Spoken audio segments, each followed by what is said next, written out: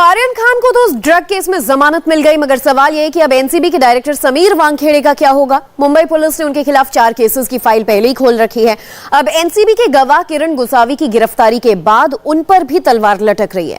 Bombay high court से उन्हें खास राहत नहीं मिली है, जबकि उनके खिलाफ मंत्री नवाब मलिक के आरोपों का पिटारा बंद होने का नाम नहीं ले रहा है। आर्यन की बेल के बाद उन्होंने क्या कहा, पिक्चर अभी बाकी है दोस्त, देखिए ये रिपोर्ट। आर्यन को जमानत, गोसावी को हिरासत, वानखेड़े मांगे राहत। मुंबई के क्रूज ड्रग केस का यही लेटेस्ट अपडेट है, मगर एनसीपी नेता और महाराष्ट्र सरकार के मंत्री नवाब मलिक की पेशगोई पर नजर डाली। एकदम फिल्मी अंदाज से भरा उनका ट्वीट देखिए। पिक्चर अभी बाकी है मेरे दोस्त। जी हां, इस पिक्चर में ड्रग है, कथित ड्रग एडिक्ट है, अभिनेता है, एनसीपी का नेता है, एनसीबी अधिकारी है, अधिकारी की दूसरी बीवी है, अधिकारी का पहला निकाह है, और अब तो अधिकारी वानखेड़े ने बाकायदा बॉम्बे हाई कोर्ट का दरवाजा खटखटाया है। उन्हें खुद मुंबई पुलिस से सुरक्षा की दरकार है। योगा योग है आज कि जो अधिकारी ने इन लड़कों को जेल में डाला था, आज वही डर के मारे हाई कोर्ट में गया कि ये पूरी जो जांच महाराष्ट्र की पुलिस मुंबई की कर रही है, जिसे सीबीआई या एनआईए के तरफ ट्रांसफर किया जाए। और मुंबई पुलिस ने कहा कि गिरफ्तार करने से पहले इनको 72 घंटे की नोटिस दी जाएगी। जेल में डालने वाला आज जेल में जाने से डरने लगा। हमें लगता है जो फर्जीवाड़ा इन्होंने किया है खुल के सामने आने लगा है।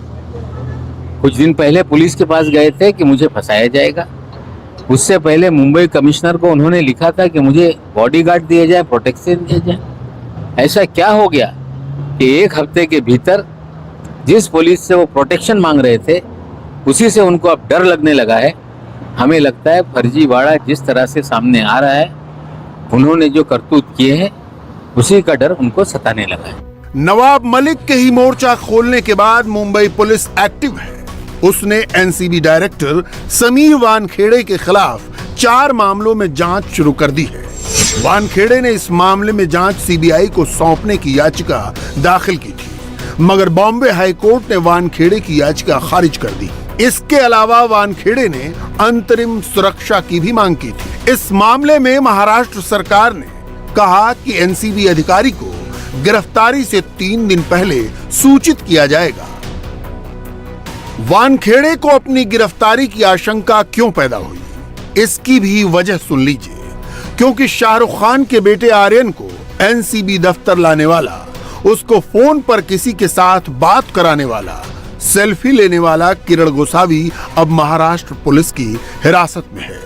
आर्यन केस में एनसीबी ने किरण गोसावी को ही अपना गवाह बनाया था। अब गोसावी को गिरफ्तार करने वाली पुणे पुलिस का दावा है कि उसने जालसाजी और वसूली के पुराने केस में गिरफ्तारी की है। पुलिस ने गोसावी को 8 दिन की रिमांड पर लिया है। और हमारे पास एक पुराना केस था, उसमें चीटिंग का केस था। उसने एक आदमी को नौकरी लगाने के लिए मलेशिया भेजा था, उसके पैसे लिए थे और बेसिकली उसको काम के लिए भेजा था, लेकिन टूरिस्ट वीज़ा भेजा था और उसको हरेसमेंट की थी। तो वो केस में उसके चार्जशीट गई थी और वो तब से फरार था, चार्जशीट उसके बिना गई थी। और जब ये मामला प्रकरण सामने आया तो हमें पता चला कि हमारे यहाँ फरारी है। तो उस हिसाब से कई दिनों से हमारी पुलिस उसको खोज रही थी। आज सुबह उसको डिटेन कर लिया। तो जो कंप्लेनेंट है उसको उसने फ़ोन पे धमकाया भी है, तो उस हिसाब से कोई और मामले जो है उसके ऊपर दर्ज होने वाले हैं क्या? कोई और कंप्लेनेंट जो है 420 में आगे आ रहा है? अगर देखिए, हमारा ऐसा अनुभव रहा है कि एक बार कभी आरोपी आते हैं तो कई लोग सामने और ज़्यादा आते हैं, तो सामने आए तो निश्चित रूप से कार्रवाई होगी। अब आर्यन खान के मामले में गवाही और पुणे की जालसाजी के बीच ड्रग केस में फंसा 25 करोड़ की वसूली का एक पेच देखिए। गोसावी तब से मुंबई पुलिस के रेडार पर था जब से ड्रग्स केस के दूसरे गवाह और उसके बॉडीगार्ड प्रभाकर सैल ने आर्यन को छोड़ने के लिए केपी गोसावी पर डील कराने का आरोप लगाया। प्रभाकर ने दावा किया था कि क्रूज पार्टी रेड के वक्त वो गोसावी के साथ थे।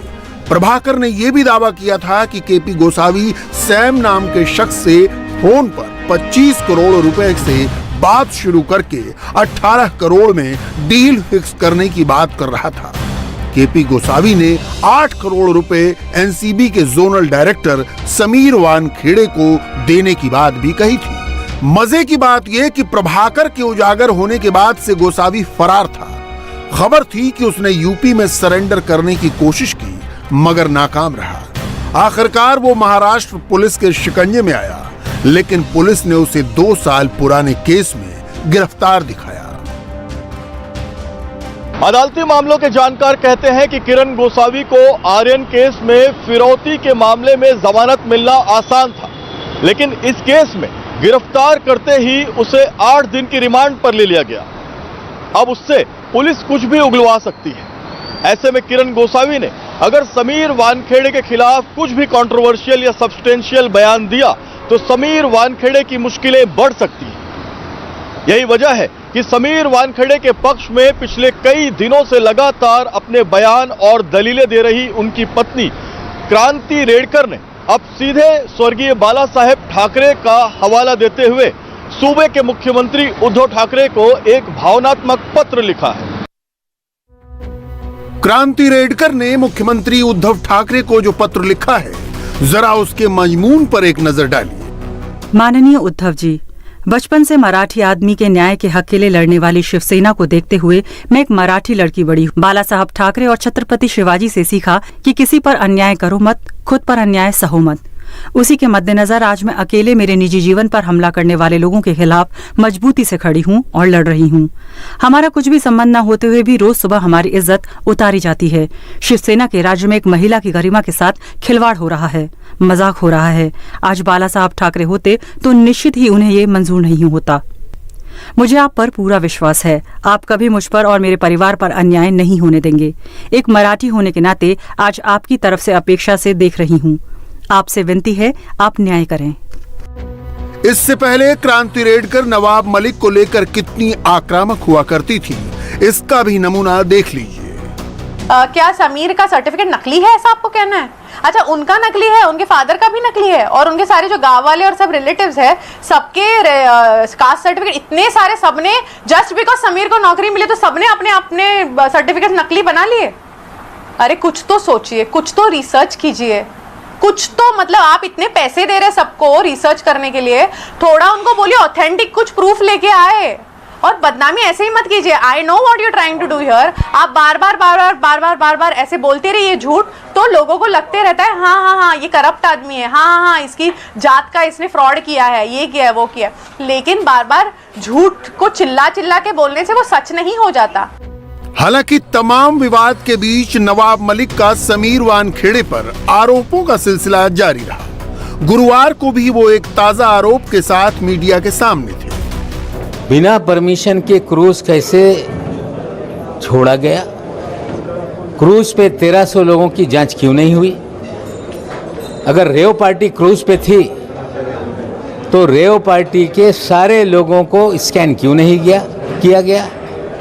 और हमें लगता है कि सारा मामला ऑर्गेनाइजर से जुड़ा हुआ है। ऑर्गेनाइजर वानखेड़े के दोस्त हैं और उन्हें जानबूझ के सेल करने दिया गया।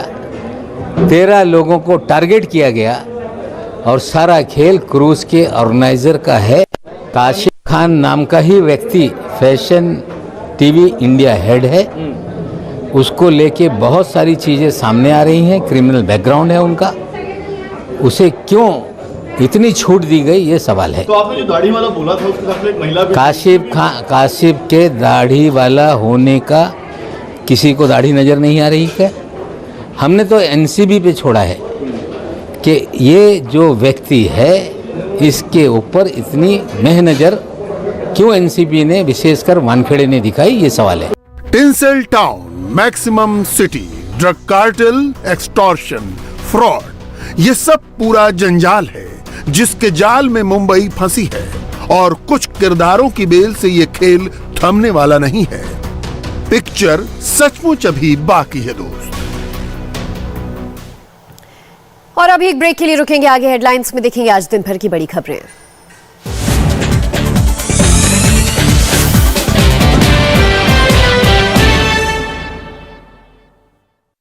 And this is for the beautiful bride. This is beautiful. Thank you, Didi. और ये आपके लिए। अपने लिए कुछ नहीं, मैंने सोचा अपने लिए क्या खरीदूं और फिर इंडिया टीवी हर वक्त हर जगह डाउनलोड करने के लिए सर्च करें India TV news Google play store या ऐप स्टोर पर।